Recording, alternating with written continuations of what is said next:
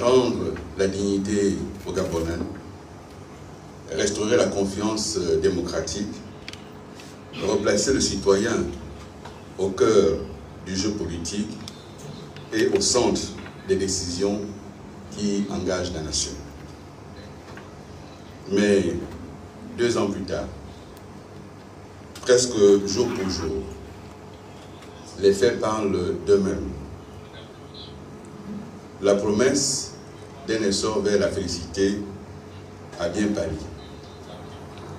Et les mots ont de plus en plus de mal à masquer la réalité. Cette réalité, c'est que le nouveau pouvoir est la reproduction à la caricature du pire de l'ancien régime. Dans ce sens, le double scrutin du 27 septembre dernier, censé tourner la page définitive de la transition, a révélé au grand jour une réalité crue. Loin d'avoir corrigé les errements du passé, le pouvoir militaire n'a fait que recycler à son profit ce qu'il prétendait dénoncer. Ces élections législatives et locales tant attendues ont été entachées d'irrégularités si graves que même les soutiens affirmés des nouvelles autorités les ont dénoncées avec vigueur et rigueur, preuve à l'appui. 2 anciens premiers ministres, des parlementaires de la transition, des hauts fonctionnaires candidats à ces élections, des centaines de candidats, des organisations de la société civile, des journalistes et des milliers de citoyens ont tous témoigné et dénoncé les fraudes massives, systématiquement orchestrées en faveur des candidats du parti présidentiel.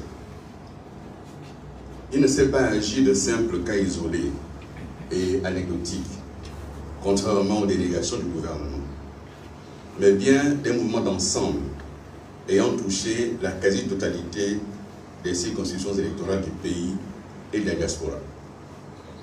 Usage quasi systématique et abusif des procurations pour le parti présidentiel. Bourrage d'urnes, isoloir transparent, transfert massif d'électeurs, absence de bulletins de vote de certains candidats, procès-verbaux non remplis ou parfois remplis au crayon, affichage des résultats contraires à ceux indiqués dans les procès-verbaux, résultats tronqués, etc. Ces pratiques, mesdames et messieurs, rappellent étrangement les accusations formulées par le CTRI lui-même pour justifier la prise de pouvoir par les militaires après le coup d'État du 30 août 2023. Les voir ainsi reproduire la même chose en pire ne manque pas d'interpeller.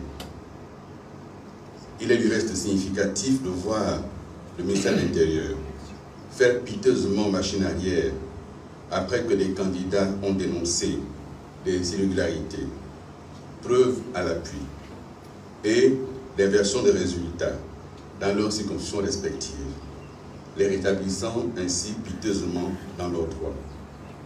Preuve, s'il en fallait encore, que ces résultats n'ont aucune espèce de crédibilité.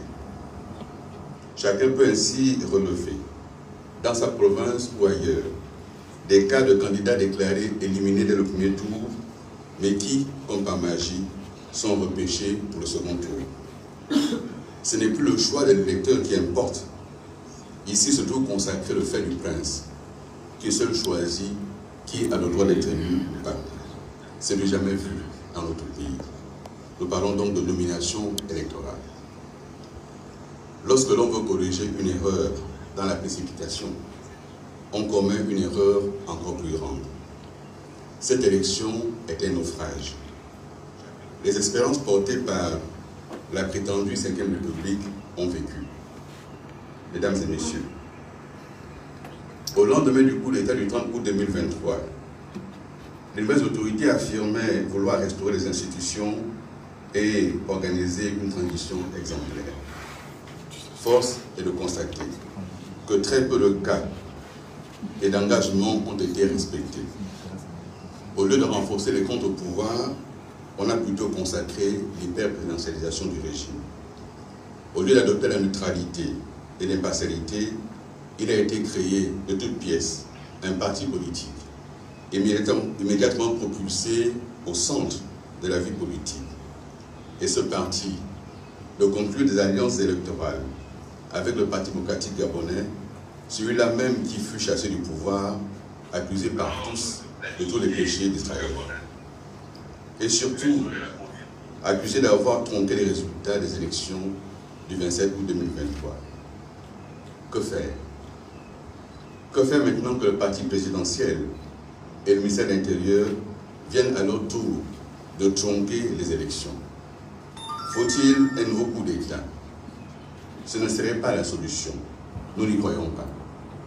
Le précédent coup d'État n'ayant résolu aucun problème de ce qui avait été désigné. Des élections mal organisées.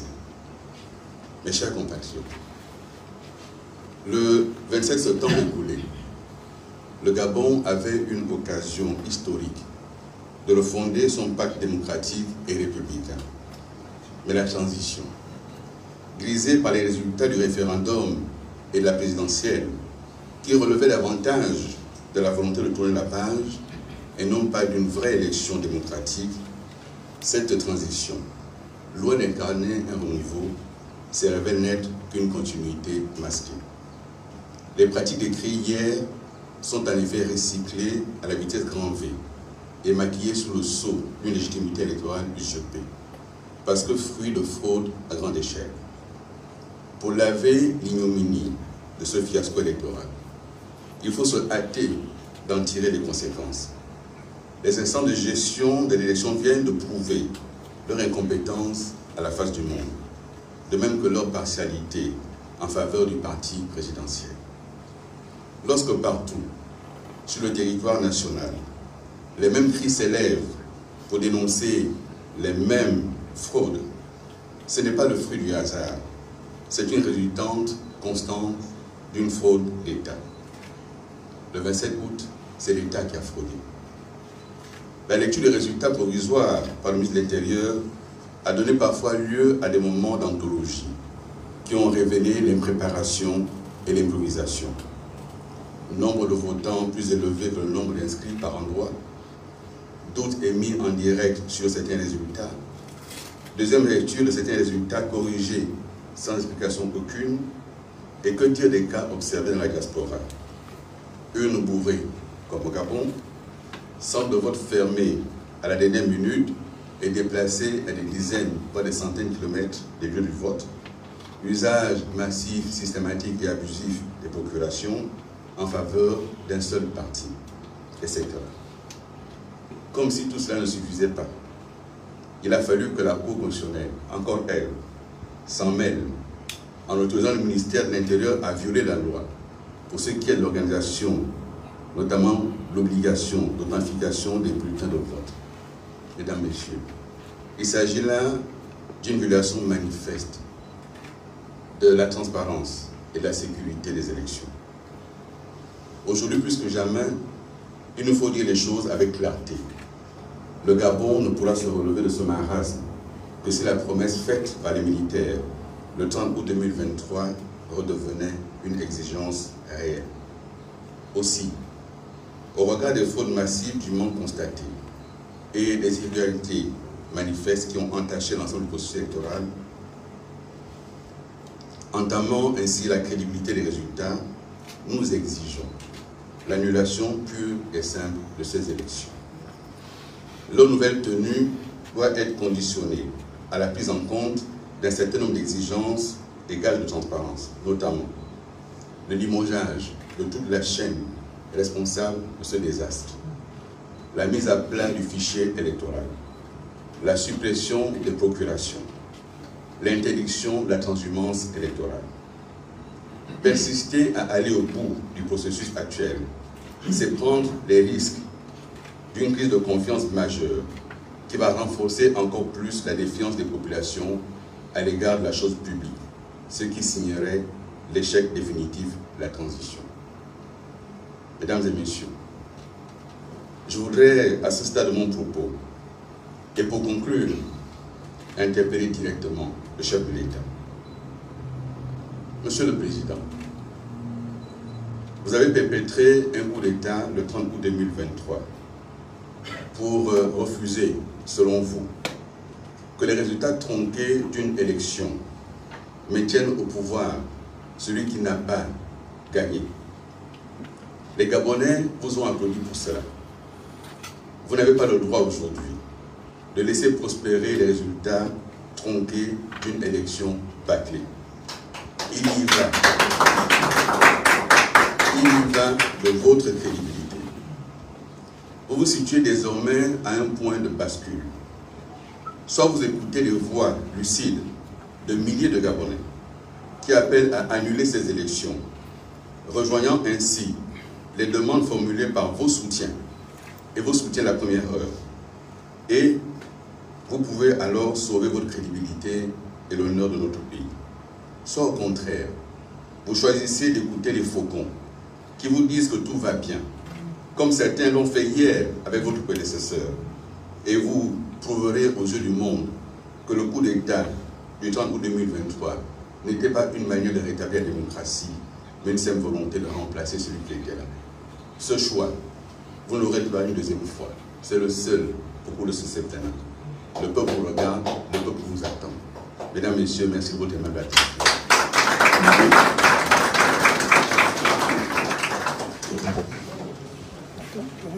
Mes chers compatriotes, face au désastre électoral que nous venons de vivre, il est important que chacun prenne position. Le 30 août 2023 a été un moment exceptionnel. D'un côté, il y a eu des cris de joie.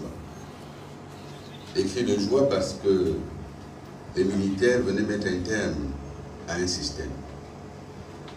Des cris de joie parce que le 30 août était porteur d'une promesse. Plus jamais ça. La promesse d'élections libres, crédibles et transparentes. La promesse de ce que désormais le choix des Gabonais serait pris en compte. La promesse de ce que les élections ne donneraient plus lieu à des contestations massives. 2 ans jour pour jour. Après ces moments d'euphorie, écoutons le peuple. Entendons le pays. Écoutons la désolation qui s'empare du pays. Même les vainqueurs supposés ont du mal à fêter leur victoire, tant la désolation est grande. Ce n'est pas le lieu pour nous ici d'invectiver. C'est le lieu d'appeler à la prise de conscience générale. Un pouvoir qui est établi sur l'illégitimité ne peut pas prospérer. Un pouvoir qui est conçu sur le mensonge ne peut pas prospérer. Il y a aujourd'hui un moment de bascule. Le peuple n'y croit plus. Et si cette élection n'est pas reprise, je vous le dis en vérité parce que je suis un enfant de ce pays, que j'ai l'expérience d'avoir vécu la politique dans ce pays depuis 1990. Je n'ai raté aucun épisode politique de notre pays depuis bientôt 35 ans. Et je le dis là, en responsabilité. Il faut reculer. Ayez le courage de reculer. N'écoutez pas ceux qui vous disent que tout va bien. Ils l'ont dit hier à Ali Bongo, j'étais présent. Ils ont dit ce n'est pas grave, on va gérer. Ils l'ont rassuré. Et ils ont été les premiers à fuir le pays quand ça a basculé. Et ils sont à nouveau à vos côtés. Et ils le disent la même chose. Et ils disent tout va bien. Ils donnent des statistiques imaginaires. Mais moi j'ai été sur le terrain. Et de mémoire, je n'ai jamais vu ça. Je n'ai jamais entendu ça. Et il est utile aujourd'hui d'entendre ce peuple qu'on empêche de manifester. Mais quand un peuple se tait, c'est que c'est la désespérance qui a pris le dessus. Merci.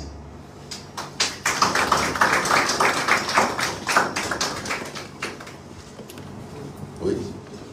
Oui, bien sûr.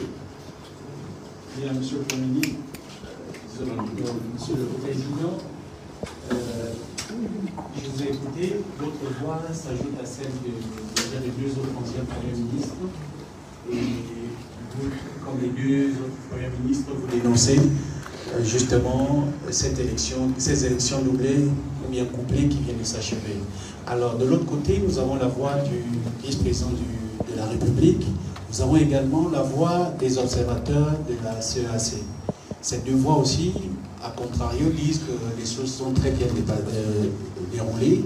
La CEAC parle même de transparence, de crédibilité, etc. etc. Alors, je voudrais juste savoir, de votre côté, qu'est-ce que vous en pensez par rapport à cette sortie de la CEAC et celle du vice-président. Merci. Un commentaire en tout cas. Je suis un peu embarrassé. J'ai été, comme vous le savez, ministre des Affaires étrangères.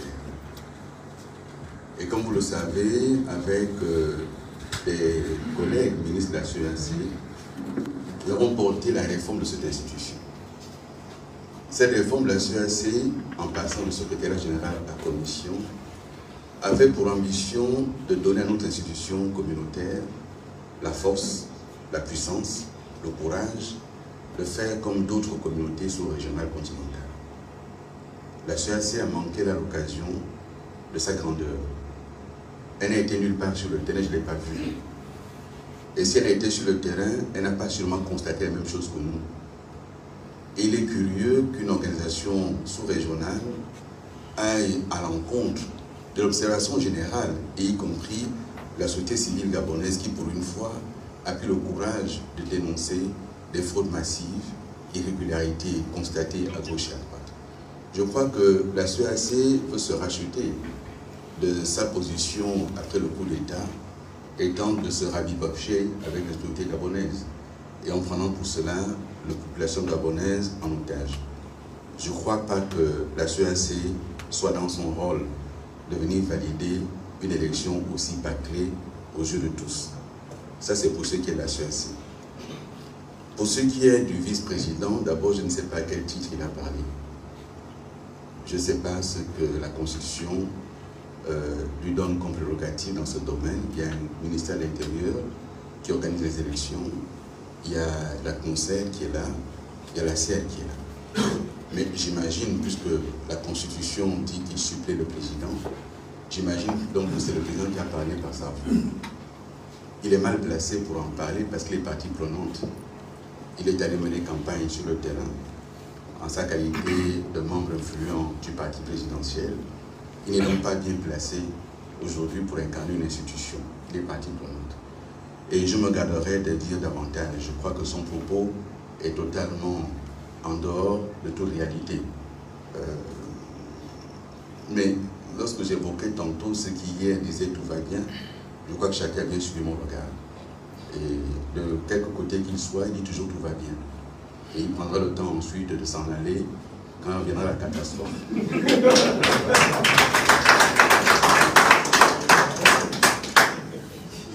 Merci. Monsieur le Président, bonjour. Bonjour. Aziza Diwali Tchangui, Afrique numéro 1. Monsieur le Président, au mois de septembre, vous avez rencontré le chef de l'État, le secrétaire Olivier Nguema. Est-ce que lors de ces échanges, le report des élections font partie des points que vous aviez évoqués? Et autre chose, en rapport avec l'organisation des élections, vous avez relevé un certain nombre de manquements, notamment le transport des électeurs. Si l'occasion vous était donnée de suggérer quelque chose, ce serait quoi? Bon, d'abord, j'ai rencontré effectivement le chef de l'État. Et je lui ai demandé de prendre sur lui, de reporter les élections. Tout indiquait qu'on allait droit vers la catastrophe. Ensemble pour le Gabon, nous avons tenu une conférence de presse. Nous avons alerté. Nous avons indiqué que les délais légaux n'avaient pas été respectés. Nous avons constaté que nous allions à une élection sans liste électorale. Et la catastrophe a été là. Personne ne sait aujourd'hui quel a été exactement le nombre d'électeurs par circonscription. On ne sait pas. Il n'y a que le ministère qui peut vous dire, par magie, qu'à tel endroit, il y avait tant d'électeurs inscrits, il y en a tant qui ont voté. Parfois, le nombre de votants est supérieur au nombre d'inscrits. On l'a vu. Une catastrophe. Sur ces listes électorales, nous avons pu constater que des morts existaient encore avec la carte d'électeur. Mon défunt père était polygame. L'une de mes mamans, décédée en 2017, figure encore sur les électorales avec la carte d'électeur. S'il vous plaît, avec un NIP. Décédée en 2017, elle a un NIP en 2025. Donc elle est sortie de sa tombe, elle est déposer, donner ses empreintes digitales et sa photo pour qu'on lui fasse un NIP. Nous disons depuis le départ, ce fichier électoral est mauvais. Vous ne pouvez pas prendre un mauvais fichier et penser en sortir quelque chose de bon. On ne nous a pas dit combien de nouveaux électeurs sont inscrits. On ne nous a pas dit combien d'électeurs ont changé de lieu de vote. On ne nous a rien dit. Nous sommes allés à l'aveugle. Et je rappelle que c'était les élections couplées. Comment on fait pour calculer la proportionnelle quand on ne sait pas le nombre d'électeurs au départ? Donc on a un problème. J'ai indiqué cela au président. Je lui ai dit que les délais de publication des candidats n'avaient pas été respectés. C'est 30 jours. 30 jours avant le scrutin, il faut arrêter définitivement la liste des candidats. Or, la campagne avait été ouverte que le lendemain, il y avait encore des noms de candidats qu'on ajoutait. La conséquence aujourd'hui, c'est que le ministère nous dit « Ah, mais tel n'a pas eu ses bulletins dans le bureau de vote parce que sa candidature a été retirée. Il y a eu un contentieux sur sa candidature. » Mais voyez-vous, si cela avait été arrêté 30 jours avant, chacun aurait su que monsieur, vous n'êtes plus candidat. Vous imaginez un citoyen qui a mené campagne pendant 10 jours, qui a dépensé de l'argent, et on lui dit non, mais vous n'êtes plus candidat. Cela n'est pas crédible. Ensemble pour le Gabon a eu au moins 2 ou 3 candidats dont les noms sont apparus ailleurs, dans d'autres provinces. Il est candidat dans l'Angounier, le nom apparaît à Moabi dans la Nyanga. On a un candidat dans le siège au 6e arrondissement, le nom apparaît ailleurs dans notre siège du 6e arrondissement. On a eu ces cas-là. On a eu des cas sur le terrain de gens qui ont voté sans pièce d'identité et sans carte d'électeur. On a eu des cas sur le terrain de multiples votes par des doublons. On a eu tout cela aujourd'hui en 2025. Et donc, il faut prendre la mesure de ce qui s'est passé. La crédibilité des autorités et du Gabon se joue. C'est la dernière élection avant la prochaine présidentielle. Et la constitution en vigueur aujourd'hui, adoptée par référendum, donne la possibilité de maintenir en place les institutions de la transition tant qu'elles ne sont pas renouvelées. Il n'y a pas d'urgence. Il n'y a pas le feu. Prenons le temps de bien faire les choses. Remettons tout cela à plat. La crédibilité de notre pays est en jeu.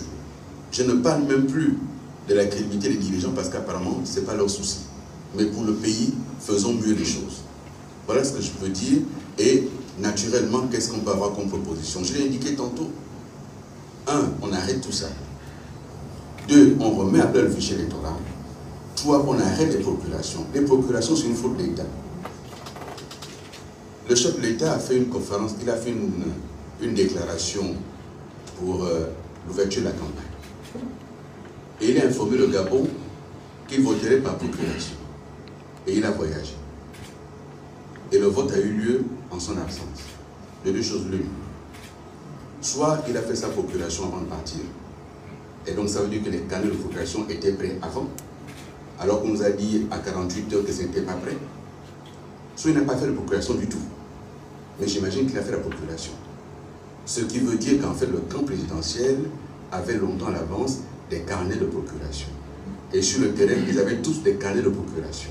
Avec le soutien de toutes les autorités administratives des provinces qui ont tout fait pour que eux ils aient des carnets de procuration.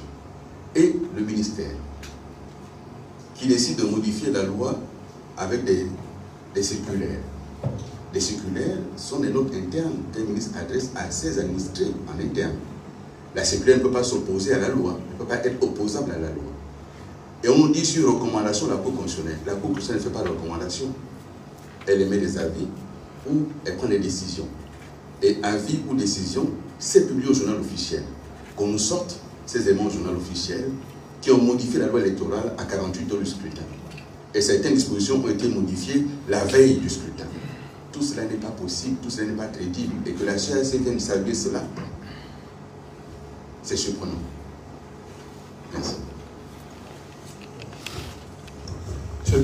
Bonjour, je suis Pierre Essonneau, directeur de publication du média panafricain Le Grand Reporter.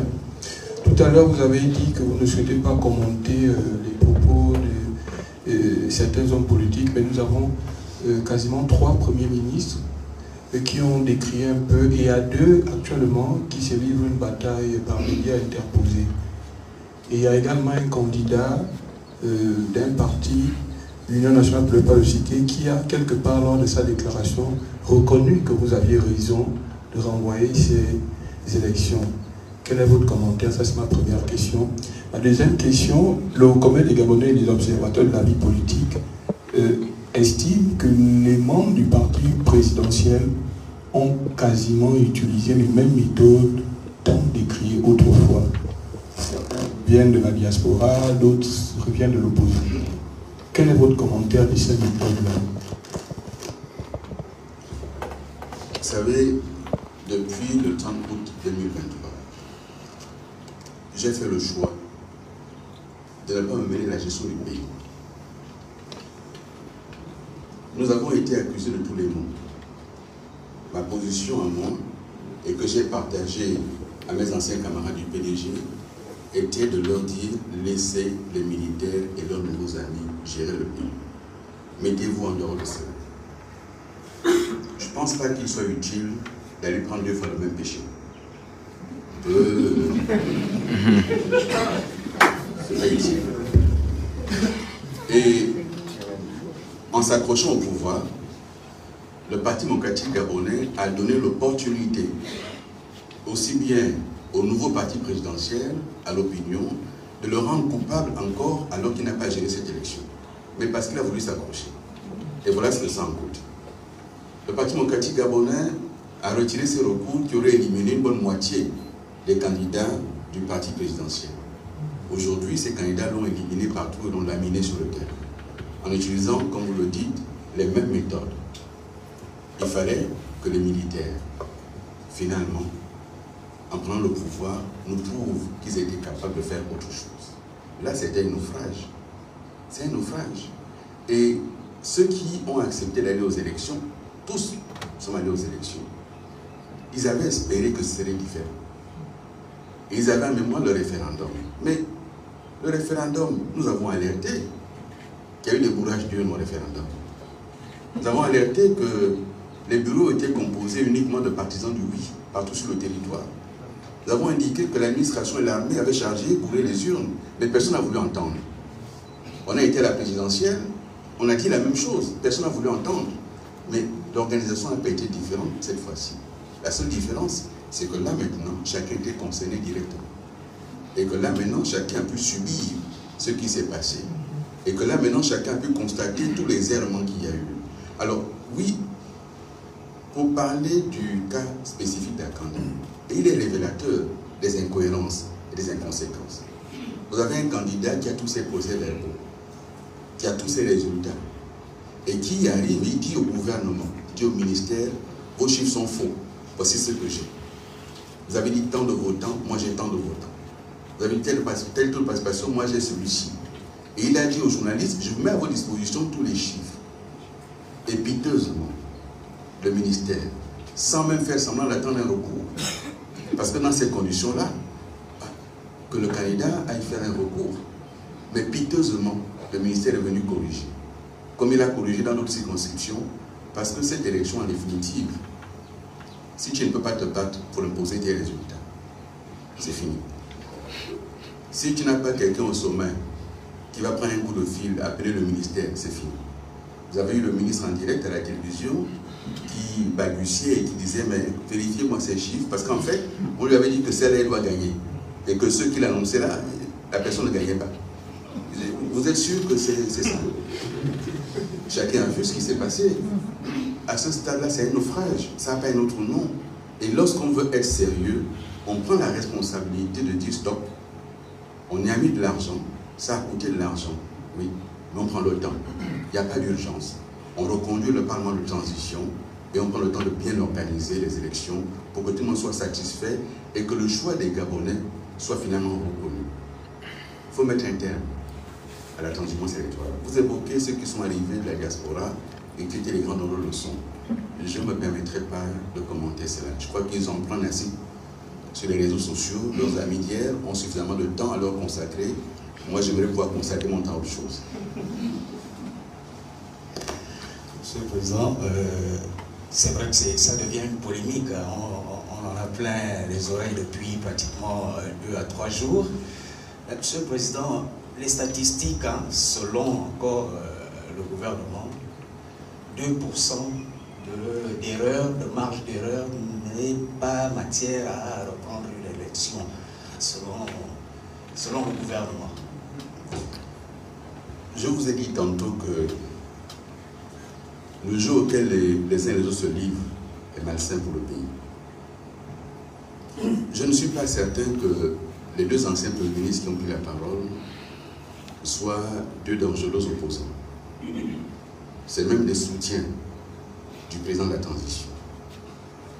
L'un a présidé le gouvernement, l'autre a un ancien premier ministre et qui a accompagné la transition. Lorsqu'ils peuvent dire, sur la foi de ce qu'ils ont observé, sur la foi d'éléments à leur disposition, sur la foi de leurs renseignements, que tout ceci ne mérite pas d'être validé. Je pense qu'il serait sage d'entendre cela. Il serait sage d'entendre cela. On nous parle de 2% d'erreurs. Sur quelle base? Sur quelle base ces 2% sortent? Sur quelle statistique? Et lorsqu'on veut indiquer cela, quelle est la loi dans notre pays qui indique qu'à tel pourcentage c'est valable et à tel autre ce n'est pas valable? C'est quelle loi? Et donc chacun arrive comme ça à imaginer et inventer et essayer de sauver le soldat Sétéri qui se noie. Il faut arrêter. Cette élection a été mal organisée. Et de mémoire, un parti qui a 2 mois d'existence ne peut pas gagner des élections sans aucune structure de base. Il faut arrêter. Ce parti est allé aux élections porté par la machine État et la machine de fraude d'État. C'est ce qui s'est passé. Et donc, ça ne sert à rien de polémiquer. Constatons que ça n'a pas fonctionné et prenons le temps de corriger. Je le dis encore une fois, il n'y a pas le feu. Lorsque je me suis levé et que j'ai dit au président, il faut reporter, je lui ai dit devant ses collaborateurs et j'ai argumenté. Et il m'a dit qu'il a pris des engagements au niveau national et international et qu'il ne peut pas reporter. J'ai dit il n'y a aucun totem sur une date. Il n'y a pas de totem. Ce qu'il faut, c'est qu'on ait une bonne élection, qu'on ait un Parlement qui soit crédible et représentatif. Déjà, ce Parlement a été rabaissé du fait de l'adoption de la nouvelle Constitution. Si en plus il devient un Parlement illégitime parce qu'il y a eu les députés de la transition, maintenant il y a les députés de la procuration, et donc il faut qu'entre la transition et la procuration, on ait de vrais députés. Tous ont été élus avec des procurations. Vous avez une circonscription, il y a 800 électeurs, vous avez un candidat qui a 500 procurations. Est-ce que c'est faisable? Il faut interdire ce vote par procuration. Celui qui n'est pas disponible pour aller voter, mais ceux qui sont sur place votent. Ce qui compte, c'est les suffrages exprimés. Tant qu'au Gabon, on ne prend pas en compte la question de l'abstention et qu'on valide l'élection à partir des suffrages exprimés, il n'y a aucune obligation à faire voter par procuration. Surtout que les procurations sont devenues un problème. Il faut régler cela. Et donc, si on a fait un coup d'État en contestant les élections tronquées et qu'on se met soi-même à tronquer les élections, il y a un problème. Il y a un problème. La communauté internationale qui a salué la bonne organisation des élections a oublié de constater la manipulation des chiffres. 4,5% de suffrages exprimés se sont retrouvés se baladant comme ça, on ne sait pas à qui attribuer, à la présidentielle.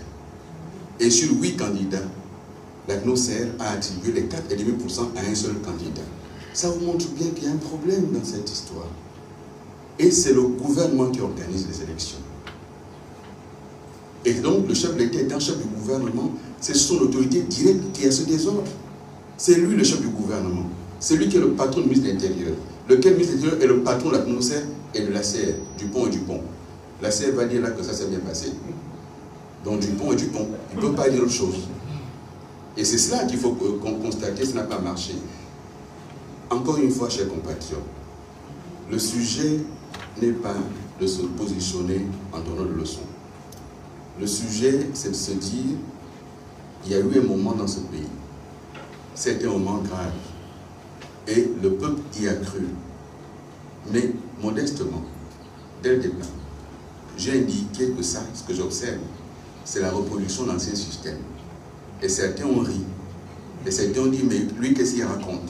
Et ils ont dit, on ne veut pas l'entendre. Bien. Mais chacun constate aujourd'hui. Et s'il y a un minimum de crédibilité qu'ils veulent encore avoir, il faut qu'ils annulent ces élections. Ça ne sert à rien de persister. Ces élections-là ne sont pas crédibles. Et ceux qui vont siéger n'auront aucune crédibilité pendant 5 ans. Et je sais ce que c'est de pouvoir gérer sans crédibilité. Bonjour, Monsieur le Président. Lina Lomo du journal L'Union. Alors, vous avez plaidé pour qu'on annule, qu'on reporte les élections. Et vous voilà en train d'exiger l'annulation, n'est-ce pas, des élections avec tous les arguments que vous êtes en train de fournir. Et si vous n'avez pas obtenu le report des élections, pourquoi faire d'autres tentatives? Vous faites juste votre part, parce que là, moi j'ai l'impression qu'on prêche dans le désert finalement. Non, madame, je ne prêche pas dans le désert, je prêche contre les murs.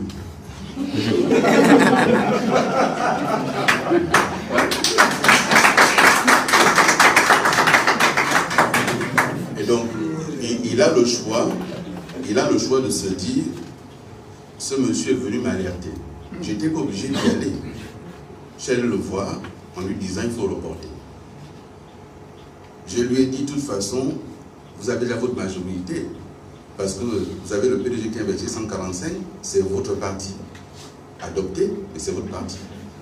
Vous avez votre fils, l'UDB, qui a investi 100, l'un dans l'autre, pour sortir de cette élection avec la majorité. Mais faites en sorte que l'élection soit crédible. Je n'ai pas été entendu, on a le résultat.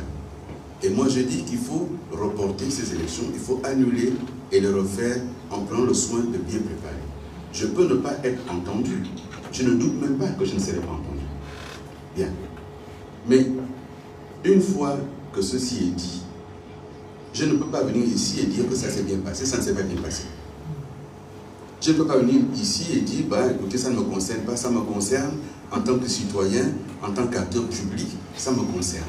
Et je dis, ma responsabilité aujourd'hui est de demander au gouvernement d'entendre raison. D'entendre raison et de prendre la décision qui s'impose. La seule décision qui s'impose, c'est d'annuler ces élections et de prendre le temps de bien faire. C'est la seule décision. C'est tout à son honneur. Maintenant, si il n'a pas envie d'entendre, écoutez, chacun aura eu le choix. Je l'ai indiqué, il est à un moment de bascule où il choisit d'écouter la voix de la population, donc la voix de la raison, où il choisit de s'enfermer dans son choix. Et cela, on en connaît les conséquences. On en connaît les conséquences. Gouverner un pays, c'est avoir la légitimité de prendre des décisions qui peuvent être difficiles. Si un Parlement n'est pas légitime, il n'y a pas de décisions difficiles qui seront acceptées par la population avec un Parlement illégitime. C'est tout ce que je dis.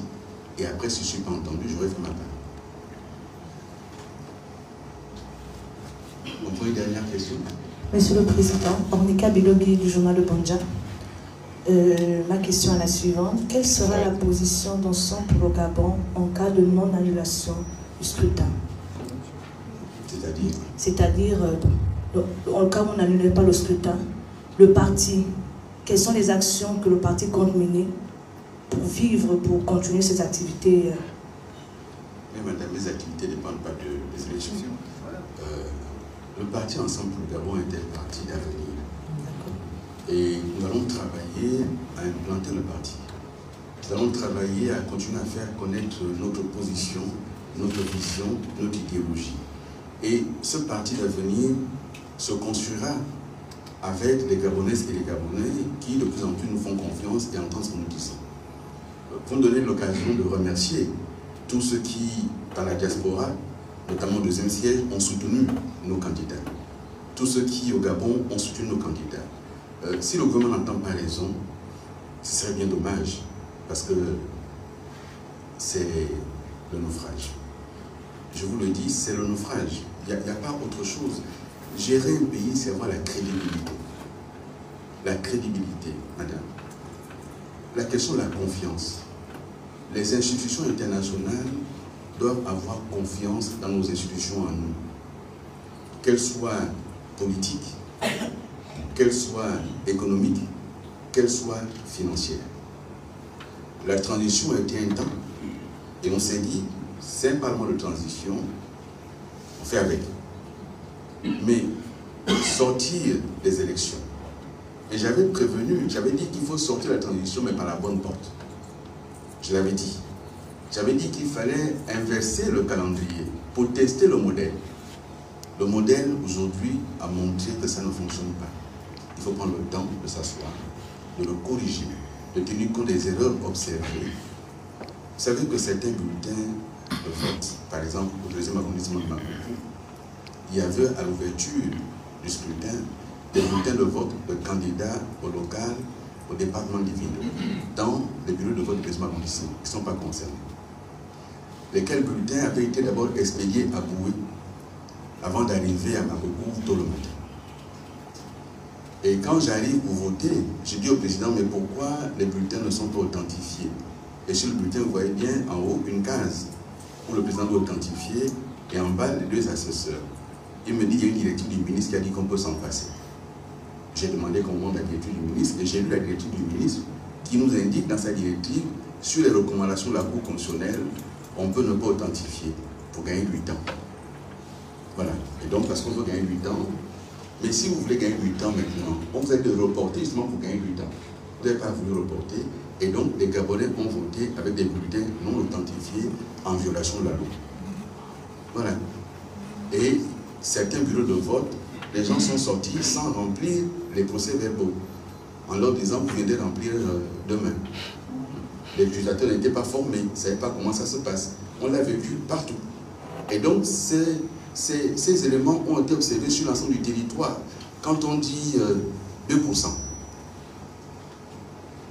moi je ne sais pas. Ce que ça représente 2%.